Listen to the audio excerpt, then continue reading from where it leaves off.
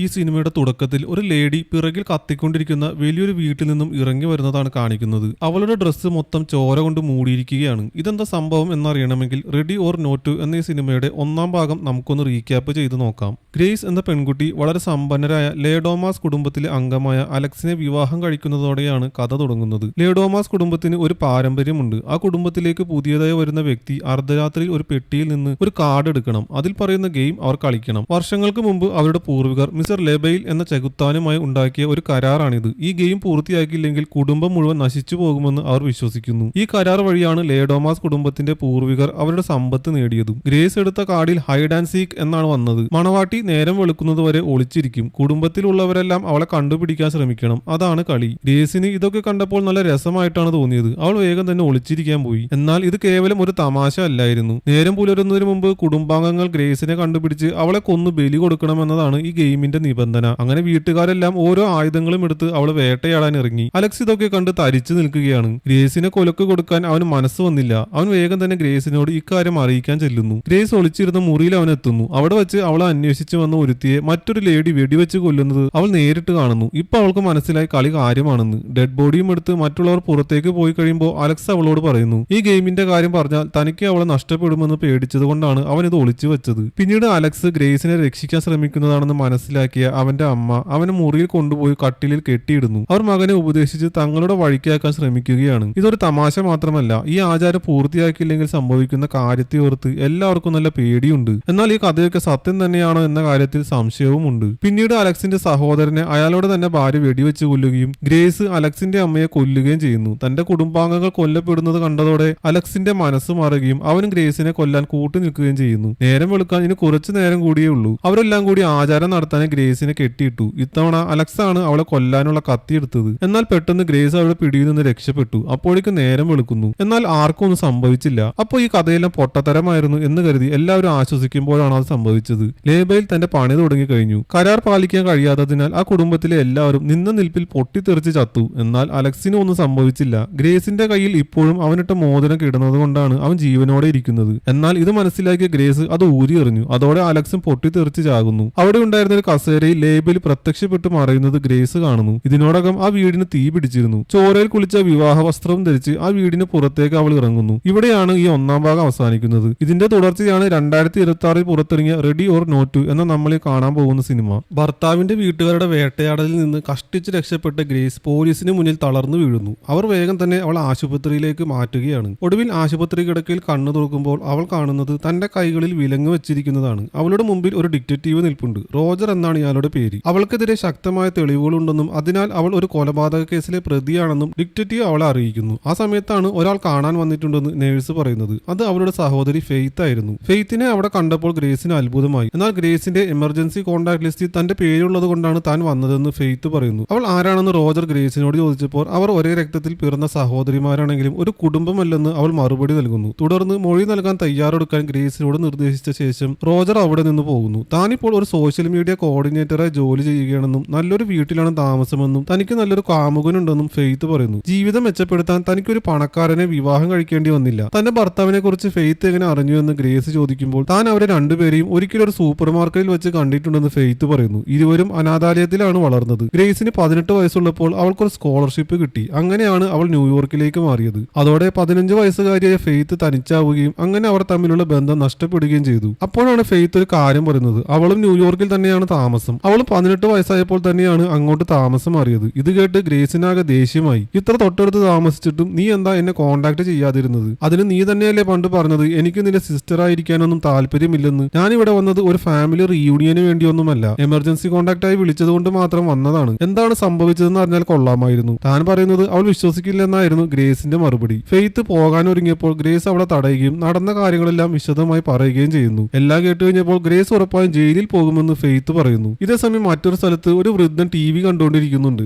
അതിനകത്ത് ഒരു യുദ്ധം നടക്കുന്ന വാർത്തയാണ് അയാൾ കാണുന്നത്. പെട്ടെന്ന് അയാൾ ഫോൺ എടുത്ത് അപ്പുറത്തുള്ള ആളോട് പറയുന്നു ഉടനെ വെടിനിർത്തൽ നടപ്പാക്കണമെന്ന്. അപ്പോൾ തന്നെ ടിവിയിൽ വെടിനിർത്തൽ നിലവിൽ വന്നു എന്നൊരു വാർത്ത കാണിക്കുന്നു. ചെസ്റ്റർ ഡാൻഫോർത്ത് എന്നാണ് ഇയാളുടെ പേര്. ലോകം തന്നെ നിയന്ത്രിക്കുന്ന വളരെ പവർഫുൾ ആയ ലാബെല്ല ഓർഗനൈസേഷന്റെ തലവനാണ് ഡാൻഫോർത്ത്. അപ്പോഴേക്കും ഈ ഓർഗനൈസേഷന്റെ ലോയർ അങ്ങോട്ട് വരുന്നു. ലേഡോമാസ് കുടുംബം മുഴുവൻ കൊല്ലപ്പെട്ടു, അത് രക്ഷപ്പെട്ടിരിക്കുന്നു എന്ന ഞെട്ടിക്കുന്ന വാർത്തയാണ് അയാൾക്ക് പറയാനുണ്ടായിരുന്നത്. ചെസ്റ്റർ ഉടൻ തന്നെ തന്റെ അസിസ്റ്റന്റ് പമേലയെ വിളിച്ച് മക്കളെ കണക്ട് ചെയ്യാൻ ആവശ്യപ്പെടുന്നു. തുടർന്ന് വധു രക്ഷപ്പെട്ടു, ഗെയിം തുടങ്ങിക്കഴിഞ്ഞു എന്നൊരു സന്ദേശം അയാൾ അയക്കുന്നു. ഈ ഓർഗനൈസേഷൻ നിയന്ത്രിക്കുന്ന കൗൺസിലിൽ 6 അംഗങ്ങളാണ് ഉള്ളത്. ഇവരെല്ലാം തന്നെ വളരെ സമ്പന്നരായ 6 കുടുംബങ്ങളുടെ തലവന്മാരാണ്. അവർക്കാണ് ഇപ്പോൾ ഡാൻഫോർത്ത് മെസ്സേജ് അയച്ചത്. ഈ കൗൺസിലിന്റെ തലവനാണ് ഡാൻഫോർത്ത്. ഇപ്പോൾ ലാഭല്യമായുള്ള കരാർ ലംഘിക്കപ്പെട്ടതിനാൽ അയാൾക്ക് ഈ സ്ഥാനം ഒഴിഞ്ഞു കൊടുക്കണം. ആ സ്ഥാനത്തേക്ക് ഒരാളെ തിരഞ്ഞെടുക്കാൻ വേണ്ടി ഇനി ഒരു ഗെയിം കളിക്കണം. അതിൽ ജയിക്കുന്നവർക്ക് കൗൺസിലിന്റെ ഹെഡ് ആവാനും അങ്ങനെ ലോകം തന്നെ നിയന്ത്രിക്കാനും സാധിക്കും. അങ്ങനെ ഈ സന്ദേശം ചൈനയിലുള്ള വൂചൂൻ, സ്പെയിനിലുള്ള ഇഗ്നാസിയോ, അമേരിക്കയിലുള്ള ബിൽ, ഇംഗ്ലണ്ടിലുള്ള രാജൻ, മധു എന്നിവരിലേക്ക് എത്തുന്നു. രാജനും മധുവും സഹോദരങ്ങളാണ്. ഇതിൽ രാജനാണ് ഫാമിലിയുടെ ഹെഡ്. വാർത്ത കേട്ട എല്ലാവരും വലിയ ആവേശത്തിലാണ്. കുറെ നാളായി അവർ ഈ അവസരത്തിനായി കാത്തിരിക്കുകയായിരുന്നു. ഇതിനിടയിൽ ചെസ്റ്റർ ഡാൻഫോർത്തിന്റെ മക്കളായ ടൈറ്റസും ഉർസുലയും അയാളെ കാണാനെത്തുന്നു. സാമ്രാജ്യം ഇപ്പോൾ ഗ്രേസിന്റെ കൈവശമാണെന്ന് അയാൾ അവരെ ധരിപ്പിക്കുന്നു. എന്നിട്ട് അയാൾ ഒരു മോതിരം അവരെ കാണിച്ചു കൊടുക്കുന്നു. കൗൺസിലിന്റെ ഹെഡ് ധരിക്കുന്ന മോതിരമാണത്. അത് കുടുംബത്തിൽ തന്നെ നിലനിൽക്കണമെന്നും തങ്ങളുടെ സ്ഥാനം തിരിച്ചു പിടിക്കണമെന്നും അയാൾ അവരോട് ആവശ്യപ്പെടുന്നു. തുടർന്ന് അയാൾ അവർക്കൊരു തലയണ നൽകിയിട്ട് തന്നെ അങ്ങ് തീർത്തേക്കാൻ പറയുന്നു. മറ്റുള്ളവരുമായി മത്സരിച്ച് ഈ ഗെയിം ജയിക്കാൻ തന്നെ കൊണ്ട് ഈ പ്രായത്തിന് കഴിയില്ല.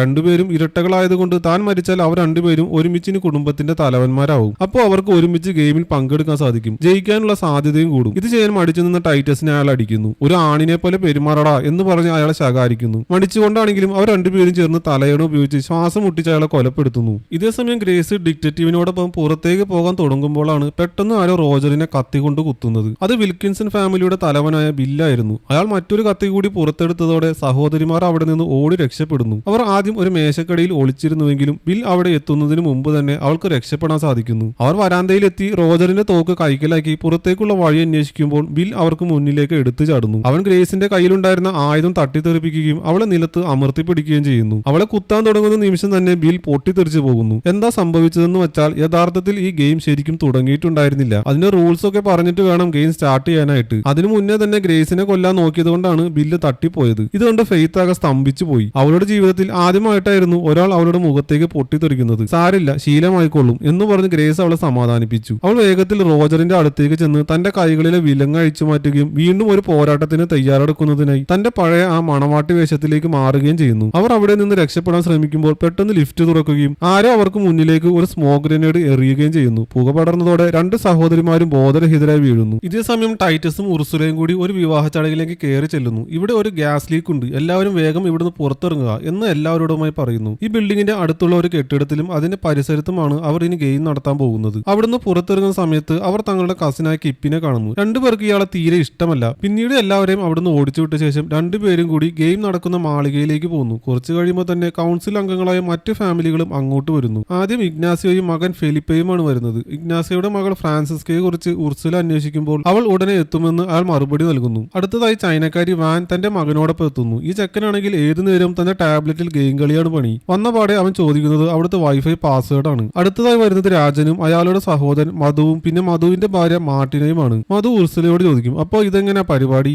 നമ്മുടെ ലോയർ ഉടനെ വരും, അയാൾ എല്ലാം എക്സ്പ്ലെയിൻ ചെയ്തു തരും. അപ്പോഴേക്കും ഒരു ഹെലികോപ്റ്റർ അങ്ങോട്ട് വരുന്നു. അതിൽ ഗ്രേസും സഹോദരിയുമായിരുന്നു. രണ്ടുപേരും കണ്ണു തുറക്കുമ്പോൾ ഒരു ലോബിയിൽ ഇരിക്കുകയാണ്. കൗൺസിൽ അംഗങ്ങൾ മുഴുവനും അവരെയും നോക്കിക്കൊണ്ട് നിൽക്കുന്നുണ്ട്. ഉർസുല തന്റെ സഹോദരനെയും ഒപ്പം സ്വയം പരിചയപ്പെടുത്തുകയും ചെയ്യുന്നു. ആ സമയത്ത് മധു അവർക്കൊപ്പം ഒരു സെൽഫി എടുക്കുന്നു. ചെസ്റ്റർ ഡാൻഫോർത്ത് മരിച്ചുവെന്നും അതുകൊണ്ട് തങ്ങൾ ഇരുവരും ഇരട്ടകളെ പോലെ ഈ ഗെയിമിൽ ഒരുമിച്ച് കളിക്കുമെന്നും ഉർസുല ഇഗ്നാസിയോട് പറയുന്നു. അയാൾക്ക് അത് വിശ്വസിക്കാൻ കഴിഞ്ഞില്ല. അയാളുടെ മകൻ പറയും, ഇവന്മാർ ഉടായ്പാണ്, ഡാൻഫോർത്തുകാർ പണ്ടേ ചതിയന്മാരാണ്. അപ്പോഴേക്കും ലോയർ ഒരു വലിയ പുസ്തകവുമായി അവിടെ എത്തുന്നു. എല്ലാവരും അവരവരുടെ സീറ്റുകളിൽ ഇരുന്നു. ലോയർ എല്ലാവരുമായി സംസാരിക്കാൻ തുടങ്ങി. 6 കുടുംബങ്ങളുടെ കൗൺസിൽ നിയന്ത്രിക്കുന്ന ലൂബെയിൽ ഓർഗനൈസേഷന്റെ ഏക ലോയറാണ് ഞാൻ. ഈ 6 കുടുംബങ്ങളിൽ 2 കുടുംബങ്ങൾ ഇല്ലാതായി. ബാക്കി 4 കുടുംബങ്ങളാണ് ഇപ്പോൾ ഇവിടെ ഉള്ളത്. ഈ ഓർഗനൈസേഷന്റെ തലവന്റെ പദവിയാണ് ഹൈ സീറ്റ്. ആ ഹൈ സീറ്റിൽ ഇരിക്കുന്നയാൾ ധരിക്കുന്ന മോതിരമാണിത്. Grace hide and seek game വിജയിച്ചത് കാരണം അവരുടെ നിയമപുസ്തകത്തിലുള്ള വളരെ കുറച്ച് മാത്രം മുമ്പ് ഉപയോഗിക്കപ്പെട്ടിട്ടുള്ള ഒരു പ്രത്യേക നിയമം ട്രിഗർ ചെയ്തിരിക്കുകയാണ്. അത് കാരണം വളരെ കാലങ്ങൾക്ക് ശേഷം ആ ഹൈ സീറ്റ് ഇപ്പോൾ ഒഴിഞ്ഞു കിടക്കുകയാണ്. ഗ്രേസിനും ഇതിനു വേണ്ടി ഇപ്പൊ മത്സരിക്കാവുന്നതാണ്. വളരെ അപൂർവമായി മാത്രമേ ആരെങ്കിലും ഈ ഗെയിം സർവൈവ് ചെയ്യൂ. അതിനുള്ള ഒരു റിവാർഡാണ് ഇപ്പൊ ഗ്രേസിന് കിട്ടുന്നത്. ഗ്രേസിനൊപ്പം തന്നെ മറ്റുള്ളവരും ഇതിനു വേണ്ടി മത്സരിക്കും. ചെകുത്താന് സ്തുതി പറഞ്ഞുകൊണ്ട് അയാൾ തന്റെ പ്രസംഗം അവസാനിപ്പിച്ചു. അല്ല ഗ്രേസ്, നിനക്കതിൽ ചോദിക്കാനുണ്ടോ? ഗ്രേസ് അതേന്ന് തലയാട്ടി. ഗ്രേസിന്റെ വായിലെ കെട്ടഴിച്ചപ്പോൾ അവൾ ചോദിച്ചത് തനിക്കൊരു സിഗരറ്റ് കിട്ടുമോ എന്നാണ്. എന്നാൽ ലോയർ ആ ആവശ്യം നിരസിച്ചു. തനിക്ക് ആ സ്ഥാനം വേണ്ടെന്നാണ് അവൾ പറയുന്നത്. അപ്പോൾ ലോയർ അതിനിടയിൽ ഇടപെട്ടു. ഞാൻ ശരിക്കും ക്ലിയർ ആയില്ല എന്ന് തോന്നുന്നു. ഹൈ സീറ്റ് ആണ് കൗൺസിലിനെ കൺട്രോൾ ചെയ്യുന്നത്. കൗൺസിലാണ് ലോകത്തെ തന്നെ നിയന്ത്രിക്കുന്നത്.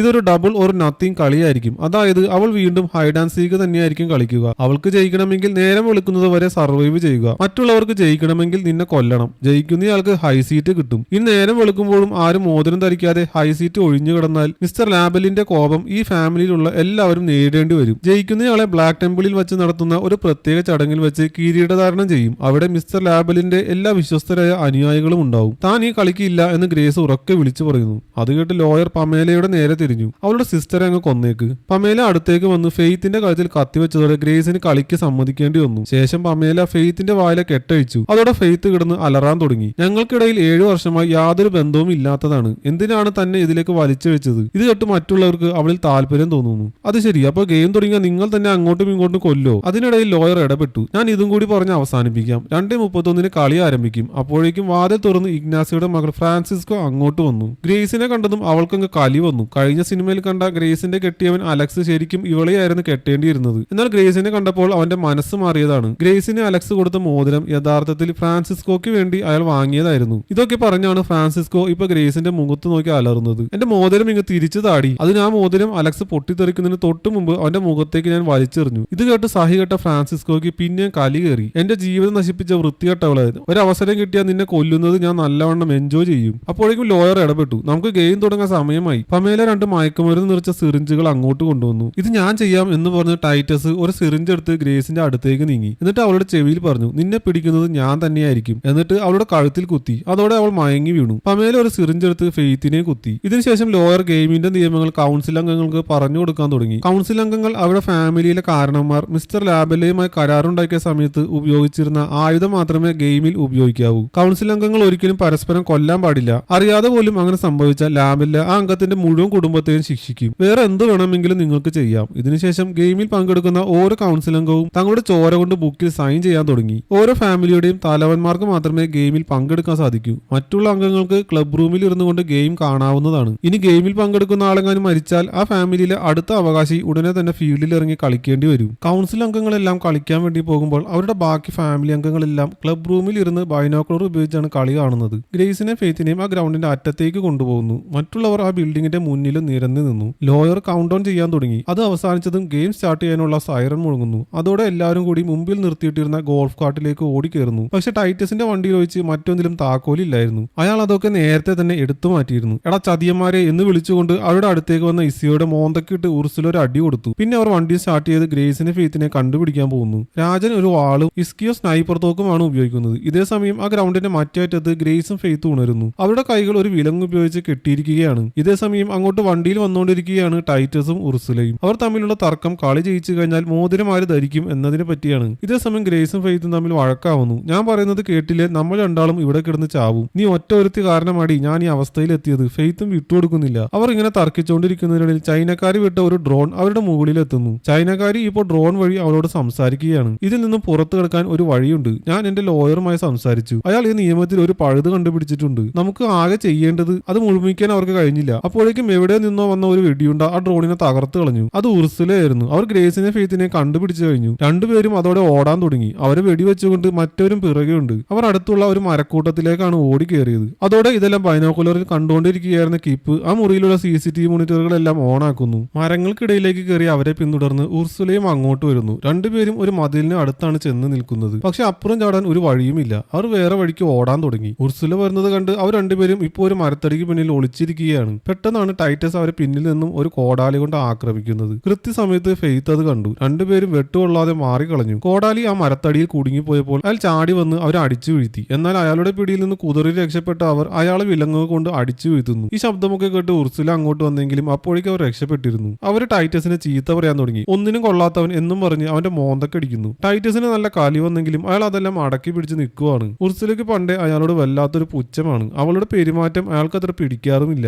ഗ്രേസും ഫെയ്ത്തും കൂടി നേരെ ചെല്ലുന്നത് തുറന്ന ഒരു പ്രദേശത്തേക്കാണ്. അവർ ദൂരെ ഒരു ബിൽഡിംഗ് കാണുന്നുണ്ട്. നമുക്ക് അങ്ങോട്ട് പോകാം, അവിടെ എന്തെങ്കിലും ഒരു മൊബൈൽ കാണുമായിരിക്കും. ഫെയ്ത്ത് ഇങ്ങനെ പറഞ്ഞെങ്കിലും ഗ്രേസ് അതിനോട് യോജിക്കുന്നില്ല. നമ്മൾ എത്ര നേരം ഈ പ്രോപ്പർട്ടിയിൽ നിൽക്കുന്നുവോ നമ്മൾ ചാവാനുള്ള സാധ്യതയും കൂടും. എത്രയും വേഗം ആ മതിൽ കടന്ന് ഇവിടുന്ന് രക്ഷപ്പെടാനാണ് ശ്രമിക്കേണ്ടത്. എന്നാൽ ഫെയ്ത്ത് പിന്നെയും തന്റെ വഴക്കു സ്വഭാവം തന്നെ എടുക്കുന്നു. ഇസ്കിയോ ഇപ്പൊ തന്റെ സ്നൈപ്പർ തോക്കിലൂടെ രണ്ടുപേരെയും കാണുന്നുണ്ടായിരുന്നു. അയാൾ വെടിവെക്കാൻ തുടങ്ങിയപ്പോഴേക്കും ബുള്ളറ്റ് വയ്ക്കുന്ന ക്ലിപ്പ് ഇളകി വീഴുന്നു. അയാൾ അത് തിരിച്ചു വെക്കാൻ ശ്രമിക്കുമ്പോൾ അബദ്ധത്തിൽ വെടി പൊട്ടുന്നു. അതോടെ രണ്ടുപേരും ഓടാൻ തുടങ്ങി. ഇസിയോ അവരെ തുരുതുര വെടിവെക്കുന്നുണ്ടെങ്കിലും ഒന്നുപോലും കൊള്ളുന്നില്ലായിരുന്നു. ഇത് ടിവിയിൽ കണ്ടുകൊണ്ടിരുന്ന ഫ്രാൻസിസ്കോയ്ക്ക് പെരുത്ത് സന്തോഷമായി. രണ്ടുപേരും രണ്ടുപേരും കൂടി അടുത്തുള്ള ഷെഡിലേക്കാണ് ഓടിച്ചെന്ന് കയറിയത്. അത് കണ്ടുകൊണ്ടിരുന്ന കിപ്പ് ഫ്രാൻസിസ്കോയെ കളിയാക്കുന്നു. നിന്റെ അച്ഛൻ വെറും വേസ്റ്റ് ആണല്ലോടി. കിപ്പ് ഉടനെ തന്റെ മൊബൈൽ എടുത്ത് അവരുടെ ലൊക്കേഷൻ ഡാൻഫോർത്തുകൾക്ക് മെസ്സേജ് ആയി അയക്കാൻ ശ്രമിക്കുന്നു. പക്ഷെ ലോയർ അയാളെ തടഞ്ഞു. ഇതേസമയം ഷെഡിൽ ഒളിച്ചിരിക്കുകയായിരുന്ന രണ്ടുപേർക്ക് നേരെ ഇസിയോ വെടിവെച്ചുകൊണ്ടിരിക്കുകയാണ്. അപ്പോഴാണ് അടുത്തുള്ള ഒരു ബാസ്ക്കറ്റിൽ കുറെ കരിയില കിടക്കുന്നത് ഫെയ്ത്ത് കണ്ടത്. അവൾ വേഗം അതെടുത്ത് ഒരു മെഷീനിലിട്ട് കത്തിക്കാൻ തുടങ്ങി. അതിന്റെ പുകയുടെ മറവിൽ അവർ രക്ഷപ്പെടാൻ ശ്രമിക്കുകയാണ്. ഇസിയോക്ക് ഇപ്പോൾ അവരെ കാണാൻ പറ്റുന്നില്ലെങ്കിലും അയാൾ അറഞ്ചം പുറഞ്ഞം വെടിവെച്ചുകൊണ്ടിരിക്കുകയാണ്. അവർ പുകയ്ക്കിടയിലൂടെ ഓടുമ്പോഴാണ് പെട്ടെന്ന് വാള് മോങ്ങിക്കൊണ്ട് രാജൻ അങ്ങോട്ട് വരുന്നത്. ഇസിയോയുടെ ഒരു ഷോട്ട് അവിടെ ഉണ്ടായിരുന്ന ഒരു ഗ്യാസ് സിലിണ്ടറിൽ കൊണ്ട് അത് പൊട്ടിത്തെറിക്കുന്നു. ആ പൊട്ടിത്തെറിയിൽ രാജൻ തെറിച്ചു പോകുന്നു. ഇത് കണ്ട് ഇസിയോ ഞെട്ടിപ്പോയി. അയാൾ എങ്ങനെ ചത്താൽ മിസ്റ്റർ ലേബൽ തന്നെയും പൊട്ടിത്തെറിപ്പിക്കും. കൗൺസിൽ അംഗങ്ങളെ കൊല്ലാൻ പാടില്ല എന്നാണല്ലോ നിയമം. തന്റെ സ്നൈപ്പറിലൂടെ നോക്കിയപ്പോൾ രാജൻ അനക്കമില്ലാതെ കിടക്കുന്നത് കണ്ട് അയാളൊന്ന് കിടുങ്ങി. ഫ്രാൻസിസ്കോ ആണെങ്കിൽ ഇത് കണ്ട് കരയാൻ തുടങ്ങി. ലേബലിയുടെ ശിക്ഷയിൽ ഇനി താനും ചാവും. ഈ പൊട്ടിത്തെറിയിൽ ഗ്രേസിന് നല്ലോണം പരിക്ക് പറ്റിയിരുന്നു. ഇസിയോ സ്നൈപ്പറിന്റെ ബൈനോക്കുലറിലൂടെ നോക്കുമ്പോൾ ദാണ്ടെ രാജൻ എഴുന്നേറ്റ് വരുന്നു. ഫ്രാൻസിസ്കോക്കും ഇത് കണ്ട ആശ്വാസമായി. പക്ഷെ ഇതിനിടെ ഗ്രേസും ഫെയ്ത്തും കൂടി അടുത്തുള്ള മരങ്ങൾക്കിടയിലേക്ക് ഓടി രക്ഷപ്പെട്ടിരുന്നു. ഇസിയോ ഇത് കണ്ട് നിരാശ കൊണ്ട് അലറി വിളിക്കുന്നു. രണ്ടുപേരും അടുത്തുള്ള ഒരു കെട്ടിടത്തിലേക്ക് ചെന്ന് കയറുന്നു. അതൊരു വലിയ ബാറായിരുന്നു. ഫെയ്ത്ത് വേഗം തന്നെ ഗ്രേസിന്റെ മുറിവെല്ലാം വച്ച് കെട്ടാൻ തുടങ്ങി. അപ്പോഴാണ് ഡോർ തുറക്കുന്ന ശബ്ദം കേട്ടത്. അവർ വേഗം തന്നെ ഒളിച്ചു. ദാ വരുന്നു വാളും പിടിച്ചുകൊണ്ട് രാജൻ. രണ്ടുപേരും കൂടി അടുത്തുള്ള ഒരു വാതിൽ തുറന്ന് അപ്പുറത്തുള്ള ഒരു മുറിയിലേക്ക് കയറി. രാജനാണെങ്കിൽ ഇത് കാണുകയും ചെയ്തു. മുറിയിലെത്തിയ അവർ അവിടെയുള്ള ഒരു മെഷീൻ ഉപയോഗിച്ച് തങ്ങളെ ബന്ധിപ്പിച്ചിരുന്ന വിലങ്ങ് മുറിച്ചു കളയുന്നു. ഈ മെഷീന്റെ സൗണ്ട് കേട്ട് രാജൻ അവരെ പിന്തുടർന്ന് ആ മുറിയിലേക്ക് എത്തി. എന്നാൽ അപ്പോഴേക്ക് രണ്ടുപേരും അവിടുന്ന് കടന്നു കളഞ്ഞിരുന്നു. പുറത്തിറങ്ങിയ രാജനെ രണ്ടുപേരും കൂടി ഒരു ടേബിൾ കൊണ്ട് ഇടിപ്പിച്ച് മതിലിനോട് ചേർത്ത് നിർത്തുന്നു. അങ്ങനെ അവർ തമ്മിൽ മുട്ടനൊരു ഫൈറ്റ് തുടങ്ങുകയാണ്. ഇതെല്ലാം ടിവിയിൽ കണ്ടുകൊണ്ട് നിൽക്കുകയാണ് മധു. ഇതേസമയം രാജ രണ്ടുപേരെയും അടിച്ചു വീഴ്ത്തുന്നു. നിലത്തു വീണ ഗ്രേസിന് നേരെ നീങ്ങിയ രാജനെ ഫെയ്ത്ത് പിന്നിൽ നിന്നും അടിക്കുന്നു. രണ്ടുപേരും കൂടി അയാളെ ഒരു വാഷിംഗ് മെഷീന്റെ അകത്തേക്ക് തള്ളി കയറ്റുന്നു. വേഗം തന്നെ അതിന്റെ വാതിലടച്ചിട്ട് ഗ്രേസ് ആ മെഷീൻ ഓണാക്കുന്നു. അതിനകത്ത് കിടന്ന് അലക്കപ്പെട്ട രാജൻ ഉറക്കെ നിലവിളിക്കുന്നു. ഇത് ടിവിയിൽ കണ്ട മധു അന്തം വിട്ടു നിൽക്കുകയാണ്. കുറച്ചു കഴിഞ്ഞ് രാജന്റെ നിലവിളി ശബ്ദം നിലച്ചപ്പോൾ ഗ്രേസ് ആ മെഷീൻ ഓഫ് ചെയ്തു. അയാളുടെ കയ്യിൽ ഫോൺ ഉണ്ടെങ്കിൽ അത് നമുക്ക് എടുക്കാം. അതുപയോഗിച്ച് പോലീസിനെ വിളിച്ചറിയിക്കാം. ഡോർ തുറന്നപ്പോൾ അയാളുടെ ബോഡി നിലത്തേക്ക് വീഴുന്നു. അയാൾ ഇപ്പൊ നല്ലോണം അലക്കി പിഴിഞ്ഞ പരുവത്തിലായിട്ടുണ്ട്. ഇത് കണ്ട് മധു ഞെട്ടിധരിച്ച് നിൽക്കുകയാണ്. എന്നാൽ മറ്റുള്ളവർക്ക് സന്തോഷമായി. ഒരുത്തന്റെ പണി കഴിഞ്ഞല്ലോ. ഗ്രേസിന് രാജന്റെ ബോഡിയിൽ നിന്നും ഒരു ഫോൺ കണ്ടെടുക്കാൻ സാധിച്ചു. ഇതേസമയം ലോയർ മധുവിന്റെ നേരെ തിരിഞ്ഞു. രാജൻ ഫാമിലിയുടെ അടുത്ത അവകാശി എന്ന നിലയ്ക്ക് ഇനി നിങ്ങൾ വേണം ഗെയിം കളിക്കാൻ. എന്നാൽ അയാൾക്ക് ഗെയിമിന് ഇറങ്ങാൻ താല്പര്യമില്ലായിരുന്നു. നിയമം അനുസരിച്ച് ഒരു ഫാമിലിയുടെ തലവൻ മരിച്ചാൽ അടുത്ത അവകാശിയാണ് കളത്തിൽ ഇറങ്ങേണ്ടത്. അല്ലാത്ത പക്ഷം ലെബേലിന്റെ ശിക്ഷ കിട്ടും. അങ്ങനെയാണെങ്കിൽ എന്റെ ഭാര്യ കളിച്ചാൽ മതിയോ? അപ്പോൾ നിങ്ങൾ രാജൻ ഫാമിലിയുടെ തലവൻ എന്ന പദവി ഒഴിയാൻ പോവുകയാണോ? അതെ. അത് കേട്ട് അയാളുടെ ഭാര്യ ഒന്ന് ഞെട്ടി. അയാളെ തെറി വിളിക്കാൻ തുടങ്ങി. എടാ നാറി, നീ അതെങ്ങാനും ചെയ്താൽ നിന്നെ ഞാൻ തീർക്കും. എന്നാൽ മധു വേഗം അവിടുന്ന് എഴുന്നേറ്റ് ഓടാൻ നോക്കുന്നു. അപ്പോൾ ലോയർ ഒരു ബുക്ക് എടുത്തിട്ട് അവിടെ സൈൻ ചെയ്യാൻ പറയുന്നു. അയാൾ പെട്ടെന്ന് തന്നെ തന്റെ കൈ മുറിച്ച് അത് സൈൻ ചെയ്തു. പിന്നെ ലോയർ മാർട്ടിനയുടെ അടുത്തേക്ക് നീങ്ങി. വേറെ വഴിയില്ലാതെ അവളും അതിന് സമ്മതിച്ചു. ഇനി രാജൻ ഫാമിലിക്ക് വേണ്ടി ഇറങ്ങുന്നത് മാർട്ടിനെയാണ്. ഇതേസമയം രാജന്റെ കയ്യിൽ നിന്നും എടുത്ത ഫോൺ ഉപയോഗിച്ച് ഗ്രേസ് പോലീസിനെ വിളിക്കുന്നു. അവൾ കാര്യങ്ങളെല്ലാം പറയാൻ തുടങ്ങി. എന്നാൽ ആ കോളിന്റെ മറ്റേ അറ്റത്ത് ഉർസുലയായിരുന്നു. ആ കോമ്പൗണ്ടിൽ നിന്ന് പുറത്തു പോകുന്ന കോളെല്ലാം അവർ ട്രാക്ക് ചെയ്യുന്നുണ്ടായിരുന്നു. ഈ ഫോൺ കമ്പനി തന്നെ ശരിക്കും ഇവരുടേതാണ്. ഉർസുല അവരോട് പോലീസ് എന്ന ഭാവത്തിൽ സംസാരിക്കുകയാണ്. മാഡം, ഞങ്ങൾ ഉടനെ ഒരു ടീമിനെ അങ്ങോട്ട് അയക്കുകയാണ്. നിങ്ങൾ മെയിൻ ഗേറ്റിന്റെ അങ്ങോട്ട് വരാമോ? ഗ്രേസ് അവിടെയുള്ള മതിലിൽ ആ കോമ്പൗണ്ടിൽ ഒരു മാപ്പ് കണ്ടു. അവൾ ഗേറ്റിന്റെ മുമ്പിൽ വരാം എന്ന് സമ്മതിക്കുന്നു. ഇതും പറഞ്ഞ് അവർ പുറത്തേക്ക് നടക്കാൻ തുടങ്ങി. പെട്ടെന്നാണ് ഗ്രേസിന്റെ കഴുത്തിന് നേരെ ഒരു വാളും ചൂണ്ടിക്കൊണ്ട് ആരും മുമ്പിൽ വരുന്നത്. അത് ആ ചൈനക്കാരിയായിരുന്നു. ഞാൻ നിങ്ങളെ ഉപദ്രവിക്കാൻ വന്നതല്ല, നമുക്കൊരു ഡീൽ ഉണ്ടാക്കാം. നിങ്ങൾക്ക് ആ ഗെയിമിൽ നിന്ന് രക്ഷപ്പെടാൻ സാധിക്കും. അത് കേട്ട് ഫെയ്ത്തിന് ആശ്വാസമായി. അതെങ്ങനെയാ? അവൾ എന്തിനു റെഡിയാണ്. ഞാൻ എന്റെ ലോയറുമായി സംസാരിച്ചു. അയാൾ ഈ ഗെയിമിന്റെ നിയമത്തിൽ ഒരു പഴുത് കണ്ടുപിടിച്ചിട്ടുണ്ട്. ഗ്രേസ് കൗൺസിൽ ഫാമിലിയിലെ ആരെങ്കിലും കല്യാണം കഴിച്ചാൽ അയാൾക്ക് ഹൈ സീറ്റ് കിട്ടും. ഗ്രേസ് എന്റെ മകനെ കെട്ടിയാൽ ഞങ്ങൾക്ക് സീറ്റ് കിട്ടും, നിനക്ക് ജീവിക്കുകയും ചെയ്യാം. ഇത് കേട്ട് രണ്ടുപേർക്കും അത്ര വിശ്വാസമായില്ല. എന്നാൽ ചൈനക്കാരി മിസ്റ്റർ ലെബേലിനെ തൊട്ട് സത്യം ചെയ്തപ്പോൾ അവർക്കത് ശരിയായിരിക്കും എന്ന് ബോധിക്കുന്നു. അലക്സുമായുള്ള നിന്റെ ആദ്യത്തെ മാരേജ് അത്ര വർക്കായില്ല എന്ന് എനിക്കറിയാം. എന്റെ മോൻ ആളൊരു മണ്ടനാണെങ്കിലും ഒരു പാവത്താനാണ്. കല്യാണം കഴിഞ്ഞാൽ നിങ്ങൾ കപ്പിൾസ് ആയിട്ട് ജീവിക്കുകയൊന്നും വേണ്ട. നിന്റെ ഇഷ്ടം പോലെ ആവാം. ഡാൻഫോർത്തുകൾ ലോകം നിയന്ത്രിക്കുന്നതിനേക്കാൾ നല്ലത് അത് ഞങ്ങൾ ചെയ്യുന്നതാണ്. ടൈറ്റസ് ഒരു പ്രാന്തനാണ്. ഉർസുലക്ക് അയാളെ കൺട്രോൾ ചെയ്യാനൊന്നും കഴിയില്ല. ലോകം വളരെ വേഗം ഒരു നരകമായി മാറും. ഇത് കേട്ട് ഫെയ്ത്തിന് സന്തോഷമായി. ഡീലിന് സമ്മതിക്കടി എന്നാൾ ഗ്രേസിനോട് പറയുന്നുണ്ടെങ്കിലും ഗ്രേസ് അതിനോട് നോ പറയുന്നു. അവൾക്ക് ഇപ്പോഴും സംശയമാണ്. ഇത് വളരെ ഈസി ആണല്ലോ, അപ്പൊ ഞാൻ വേറൊന്നും ചെയ്യണ്ട? അങ്ങനല്ല, നിങ്ങൾ ഞങ്ങളുടെ ഓർഗനൈസേഷന്റെ ഭാഗമാകും. അതിന്റെ ചില ആചാരങ്ങളൊക്കെ ചെയ്യേണ്ടി വരും. എന്ത് ചടങ്ങ്? ഫെയ്ത്തിന്റെ സംശയം. ഓ, ഇപ്പൊ മനസ്സിലായി. ബലി നൽകണം, നിരപരാധികളായ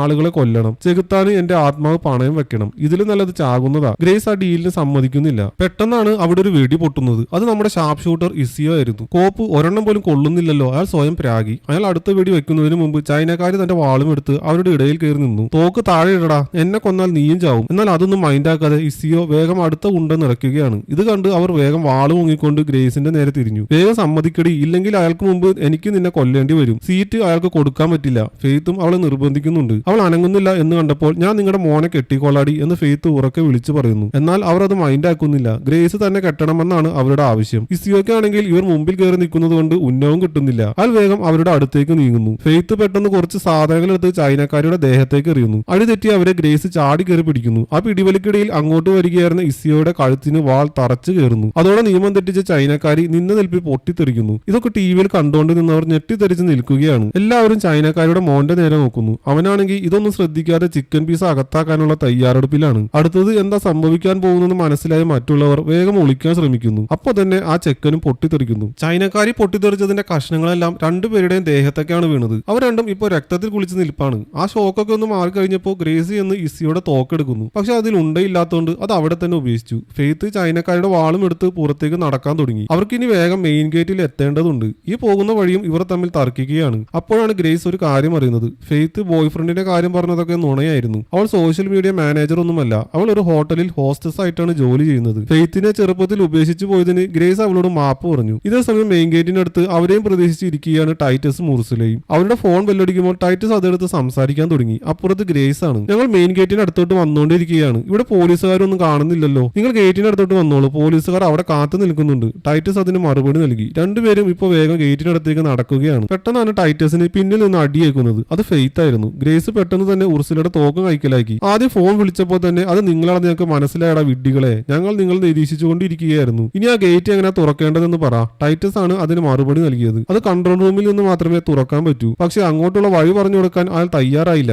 ഗ്രേസ് ഉർസുലയുടെ നേരെ തോക്ക് നീട്ടിപ്പിടിച്ച് നിൽപ്പാണ്. ഗേറ്റ് എങ്ങനെയാ ഓപ്പൺ ചെയ്യേണ്ടത് എന്ന് പറയുക, അല്ലെങ്കിൽ നിങ്ങളുടെ ബ്രദറിനെ ഞങ്ങൾ കൊല്ലും. അതുകൊണ്ടൊന്നും ഉർസുല കുലുങ്ങിയില്ല. അയാളെ കൊന്നോളൂ, ഒരു പ്രശ്നവുമില്ല. അയാളെ ചത്താൽ എനിക്കായിരിക്കും സീറ്റ് കിട്ടുന്നത്. പെട്ടെന്നാണ് ഒരു വണ്ടി അങ്ങോട്ട് പാഞ്ഞു വരുന്ന ശബ്ദം അവർ കേട്ടത്. ഈ അവസരം മുതലാക്കി ടൈറ്റസ് ഫെയ്ത്തിനെ പിടിക്കുന്നു. ഉർസുല ഗ്രേസിനെയും അടിച്ചു വീഴ്ത്തി. ആ കാറിൽ വന്നത് മധുവിന്റെ ഭാര്യ മാർട്ടിനെ ആയിരുന്നു. അവർ ഗ്രേസിന് നേരെയാണ് ഇപ്പോൾ വന്നുകൊണ്ടിരിക്കുന്നത്. പക്ഷെ അവർ ഗ്രേസിനെ ഇടിക്കുന്നതിന് പകരം പെട്ടെന്ന് വണ്ടി വെട്ടിച്ച് ഗേറ്റ് തകർത്ത് പുറത്തേക്ക് പോയി. ഇത് കണ്ട് ഞെട്ടി നിൽക്കുകയാണ് മധു. അവർ ഗെയിമിൽ നിന്ന് മുങ്ങിയിരിക്കുന്നു. ഇതിനിടയിൽ ടൈറ്റസിന്റെ പിടിയിൽ നിന്ന് കുതറി മാറിയ ഫെയ്ത്ത് അവിടുന്ന് ഓടാൻ തുടങ്ങുന്നു. ഗേറ്റ് തകർന്നത് കാരണം അവർക്ക് രക്ഷപ്പെടാൻ സാധിക്കും. പക്ഷെ ഗ്രേസ് ആണെങ്കിൽ ഇപ്പോഴും ഉർസുലയുടെ പിടിയിലാണ്. ഫെയ്ത്ത് പെട്ടെന്ന് നിന്ന് അവളെ നോക്കുന്നു. തന്റെ സിസ്റ്ററെ അവിടെ ഉപേക്ഷിച്ചു പോകാൻ അവൾക്ക് മനസ്സ് വന്നില്ല. എന്നാൽ ഗ്രേസ് അവളോട് ഓടി രക്ഷപ്പെടാൻ അലറി വിളിച്ച് പറയുകയാണ്. ഉർസുല ഒരു മൂർച്ചയുള്ള സാധനം എടുത്ത് ഗ്രേസിനെ ആഞ്ഞു കുത്തുന്നു. വീണ്ടും കുത്താൻ തുടങ്ങുമ്പോൾ പെട്ടെന്ന് ഫെയ്ത്ത് അങ്ങോട്ട് വന്ന് അവരെ അടിച്ചു തെറിപ്പിക്കുന്നു. തന്റെ സിസ്റ്ററെ താങ്ങി പിടിച്ചുകൊണ്ട് അവൾ പുറത്തേക്ക് പോകാൻ നോക്കുമ്പോൾ ടൈറ്റസ് എഴുന്നേറ്റ് വരുന്നത് കാണുന്നു. നമുക്ക് ആ ഗോൾഫ് കാർട്ടിൽ രക്ഷപ്പെടാം എന്ന് പറഞ്ഞ് അവൾ വേറെ വഴിക്ക് തിരിയുന്നു. അപ്പോഴേക്കും ടൈറ്റസ് ഉർസുലയുടെ അടുത്തെത്തി. അയാൾക്ക് ഇപ്പോൾ അവരോട് നല്ല കലിയുണ്ട്. എന്നെ കൊന്നോളാനല്ലേ, ഞാൻ അവരെ പറ്റിക്കാൻ പറഞ്ഞതാണ് മണ്ട.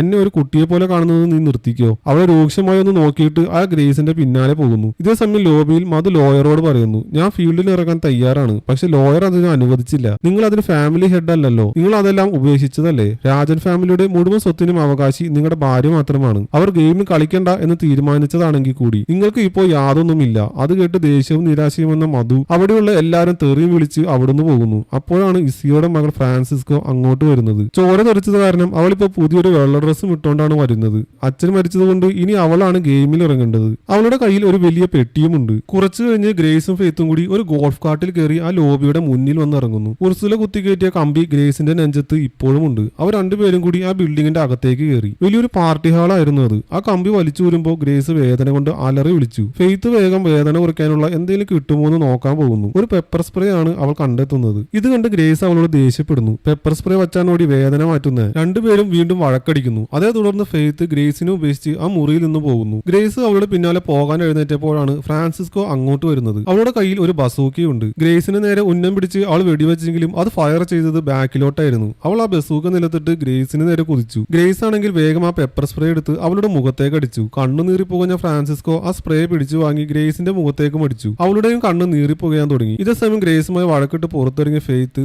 തിരിച്ച് ഗ്രേസിന്റെ അടുത്തേക്ക് തന്നെ നടക്കാൻ തുടങ്ങുന്നു. പെട്ടെന്ന് ടൈറ്റസ് അങ്ങോട്ട് വന്ന് അവളെ ഇടിച്ചിടുന്നു. മറ്റേ സ്ഥലത്താണെങ്കിൽ രണ്ടുപേരും ഒന്നും കാണാൻ പറ്റാതെ പരസ്പരം തെറി വിളിച്ചുകൊണ്ട് അടി കൂടുകയാണ്. ഇവിടെ ടൈറ്റസ് ഫെയ്ത്തിനെ മർദ്ദിച്ച് ഒരു പരുവമാക്കുന്നു. അയാൾ അവളെ അടിച്ചു കൊല്ലാൻ തുടങ്ങുമ്പോഴാണ് ഉർസുല അങ്ങോട്ട് വരുന്നത്. അവൾ അയാളോട് നിർത്താൻ പറഞ്ഞെങ്കിലും ടൈറ്റസ് അത് ശ്രദ്ധിക്കാതെ അവളുടെ മുഖത്ത് ഒറ്റയടി. ഞെട്ടിപ്പോയ ഉർസുല അയാളെ ശാന്തനാക്കാൻ ശ്രമിക്കുന്നു.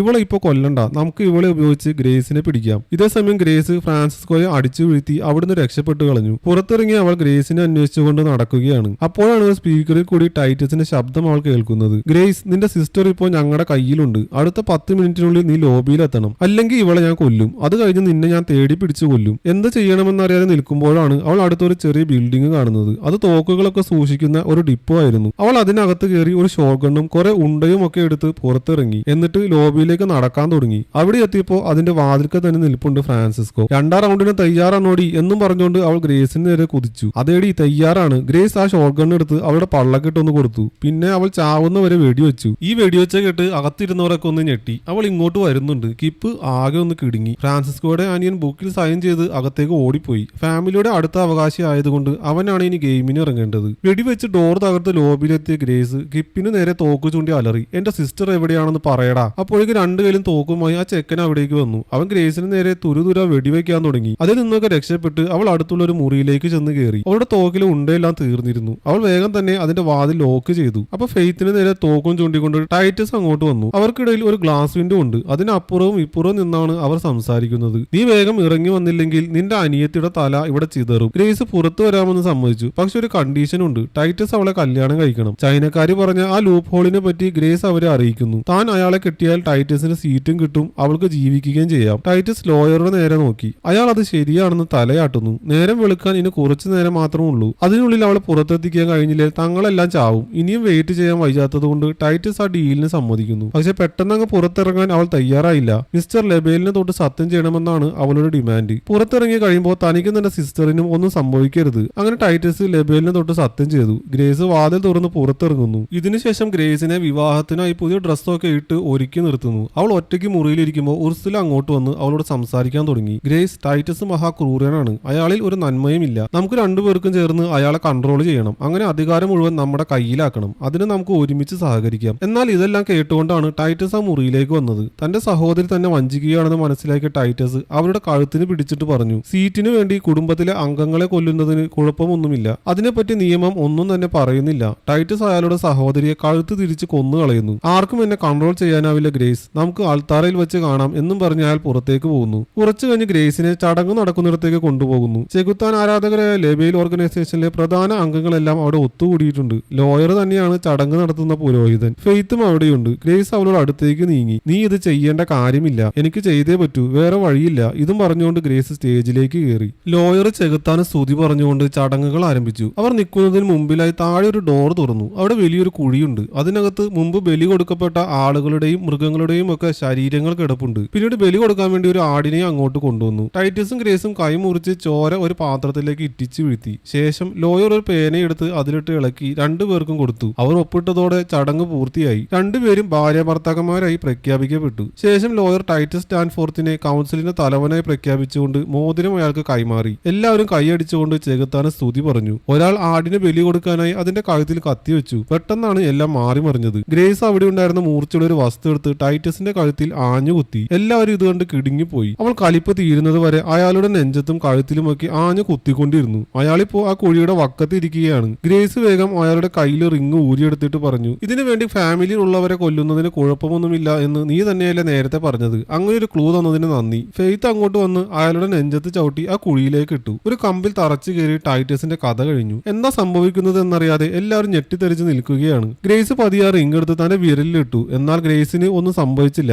അതായത് ലെബേൽ ഗ്രേസിനെ കൗൺസിലേറ്റായി അപ്രൂവ് ചെയ്തിരിക്കുന്നു. എല്ലാവരും മുട്ടുകുത്തി നിൽക്കൂ, ഗ്രേസ് അലറി. അവർ അത് അനുസരിക്കുകയും ചെയ്തു. ഗ്രേസ് ലോയറുടെ നേരെ തിരിഞ്ഞു. ഇതിനർത്ഥം എനിക്ക് എന്ത് വേണമെങ്കിലും ചെയ്യാം എന്നല്ലേ? ലോയർ അതെ എന്ന് പറയുന്നു. അവൾ എല്ലാവരുടെ നേരെ തിരിഞ്ഞു. ഇതാണ് കൗൺസിലിന്റെ ഹെഡായിട്ട് എന്റെ ആദ്യത്തെ തീരുമാനം. ഈ കൗൺസിലിന്റെ ഹെഡ് എന്ന സ്ഥാനവും ഈ സംഘടനയിൽ നിന്നും തന്നെ ഞാൻ പിന്മാറുന്നു. കിപ്പ് ലോയറോട് ചോദിച്ചു. അപ്പൊ ഇനി ആർക്കാണ് ഹൈ സീറ്റ് കിട്ടുക? ലോയർ പറയുന്നു, നേരെ പുലരുമ്പോ ആരാണ് മോതിരം ഇട്ടേക്കുന്നത് അയാൾക്ക് കിട്ടും. കൗൺസിൽ മെമ്പർമാർ മാത്രമല്ല, ആർക്ക് വേണമെങ്കിലും ആ റിങ് എടുക്കാവുന്നതാണ്. ഇനി 3 മിനിറ്റ് കൂടി കഴിഞ്ഞാൽ നേരം വെളുക്കും. അപ്പോഴും ആ റിങ് ഇട്ടിട്ടില്ലെങ്കിൽ ലെബേലിന്റെ ശിക്ഷ എല്ലാവരും നേരിടേണ്ടി വരും. ഗ്രേസിന് നല്ല ഒരു ഐഡിയ തോന്നി. പോയി ചാവട മലരുകളെ എന്നും പറഞ്ഞുകൊണ്ട് അവൾ ആ റിങ് എടുത്ത് കുഴിയിലേക്ക് എറിഞ്ഞു. ഇതൊക്കെ കണ്ട് എല്ലാവരും ഞെട്ടി നിൽക്കുകയാണ്. ഇനി വേറെ വഴിയില്ല. ആദ്യം കുഴിയിലേക്ക് ചാടിയത് ഇസ്കോയുടെ ചെക്കനാണ്. പിന്നാലെ അവിടെ കൂടി നിന്നവരും പമേലയും ഒക്കെ എടുത്തു ചാടി. പിന്നെ അതിനകത്ത് നടന്നത് മോതിരത്തിന് വേണ്ടി പോരിഞ്ഞ അടിയാണ്. കുറെ പേരൊക്കെ വീഴ്ചയിൽ തന്നെ ചത്തു. ലോയർ അവരോട് പറഞ്ഞു, നിങ്ങൾ ഇനി ഫ്രീ ആണ്. പുറത്തേക്ക് പോകുന്ന വഴി അവൾ ബലി കൊടുക്കാൻ കൊണ്ടുവന്ന ആടിനെ മോചിപ്പിക്കുന്നു. ഗ്രേസ് ആ സൈഡിൽ കിടന്ന കത്തി തട്ടി കുഴിയിലേക്ക് ഇട്ടുകൊടുത്തു. മോതിരം എടുത്ത കിപ്പിനെ ആ കത്തി എടുത്ത് പമേല കുത്തി കൊന്നു. അവളുടെ കയ്യിൽ കയറി ആ ചെക്കൻ കടിച്ചു. അതോടെ മോതിരം ശവശരീരങ്ങളുടെ ഇടയിലേക്ക് ഉരുണ്ടുപോകുന്നു. പമേലയെ വേറെ ഒരുത്തൻ കുത്തിക്കൊല്ലുന്നു. സമയം തീരാറായപ്പോ ലോയർ ബുക്കും എടുത്ത് സ്ഥലം വിട്ടു. രണ്ടുപേരും നടന്ന് സ്റ്റെപ്പിന്റെ അടുത്തെത്തുമ്പോഴേക്കും ക്ലോക്ക് കറങ്ങി കഴിഞ്ഞിരുന്നു. അതോടെ ലെബേലിന്റെ ശിക്ഷ ഇറങ്ങി. കുഴിക്കകത്ത് ഉള്ളവരെല്ലാം ഒന്നൊന്നായി പൊട്ടിത്തെറിക്കാൻ തുടങ്ങി. തുടങ്ങി. അവസാനം എല്ലാം ഒന്ന് അടങ്ങിയപ്പോ മധു അവരുടെ അടുത്തേക്ക് ഓടി വരുന്നു. അയാൾ ഒരിടത്ത് ഒളിച്ചിരിക്കുകയായിരുന്നു. അയാളിപ്പോ ഭയങ്കര സന്തോഷത്തിലാണ്. കണ്ടോ, എനിക്കൊന്നും പറ്റിയില്ല, ഞാൻ കുടുംബത്തിന്റെ അവകാശം ഉപേക്ഷിച്ചത് കൊണ്ട് രക്ഷപ്പെട്ടു. അവരുടെ അടുത്തേക്ക് എത്തിയതും അയാളും പൊട്ടിത്തെറിച്ചു. അവർ രണ്ടുപേരും ഇപ്പോൾ ചോരയിൽ കുളിച്ചു നിൽക്കുകയാണ്. അവിടെയുള്ള ഒരു കസേരയിൽ ലെബേലിന്റെ രൂപം പ്രത്യക്ഷപ്പെട്ടു മറിയുന്നത് അവർ കാണുന്നു. എല്ലാം കഴിഞ്ഞ് അവർ ആടിനെയും കൂട്ടി അവിടെ നിന്ന് പുറത്തു കിടക്കുന്നു. ഇവിടെയാണ് ഈ സിനിമ അവസാനിക്കുന്നത്.